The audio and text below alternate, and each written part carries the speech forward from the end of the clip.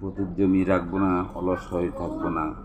সুপ্রিয় দর্শক শ্রোতা, কৃষি এডিয়ার পক্ষ থেকে আমি এনায়েতুল্লাহ ভূঁইয়া আপনাদেরকে শুভেচ্ছা এবং অভিনন্দন জানাচ্ছি।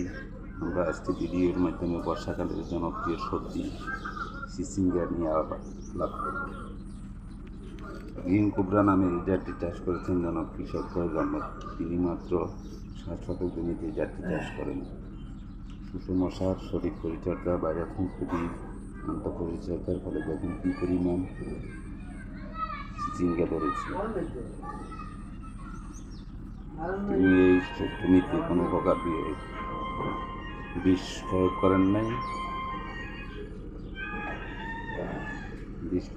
নাই, যে বিষমুক্ত সবজি হওয়ায় যেটি বাজার মূল্য অনেক বেশি। এই 60 শতক জমিতে আবাদ করতে তার খরচ পড়েছে প্রায় 8,000 টাকা।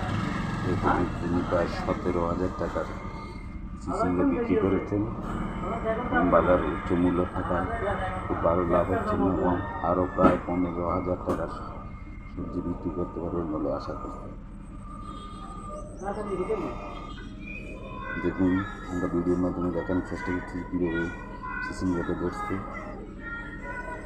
চিচিঙ্গা দুজন আপনারা দেখুন ভিডিওতে চিচিঙ্গা কীভাবে ধরেছে এবং সবগুলো চিচিঙ্গাই ভালো একটা সাইজ আসছে, আকার আসছে। আপনার 6 পরিমাণ ভাত ব্যবহার করেছে। 6 পরিমাণ ভাত ব্যবহার করার ফলে সবজির যে সবচেয়ে মারাত্মক যে পোকাটি আক্রমণকারী চলবে ফলছিদ্রকারী পোকা, এই ফলছিদ্রকারী পোকা জন্য 6 পরিমাণ ভাত ব্যবহার করেছেন। তখন 6 পরিমাণ ভাতে কী পরিমাণ পোকা পড়েছে আপনার ভিডিওতে দেখেন। আমরা ভিডিওতে দেখানোর চেষ্টা করতেছি। এই 6 পরিমাণ ব্যবহারের ফলে আপনি আর কোনো প্রকার বিষ ব্যবহার করতে হয় না। আপনাদের যাদের এরকম পতিত জমি আছে, ওই পতিত জমিতে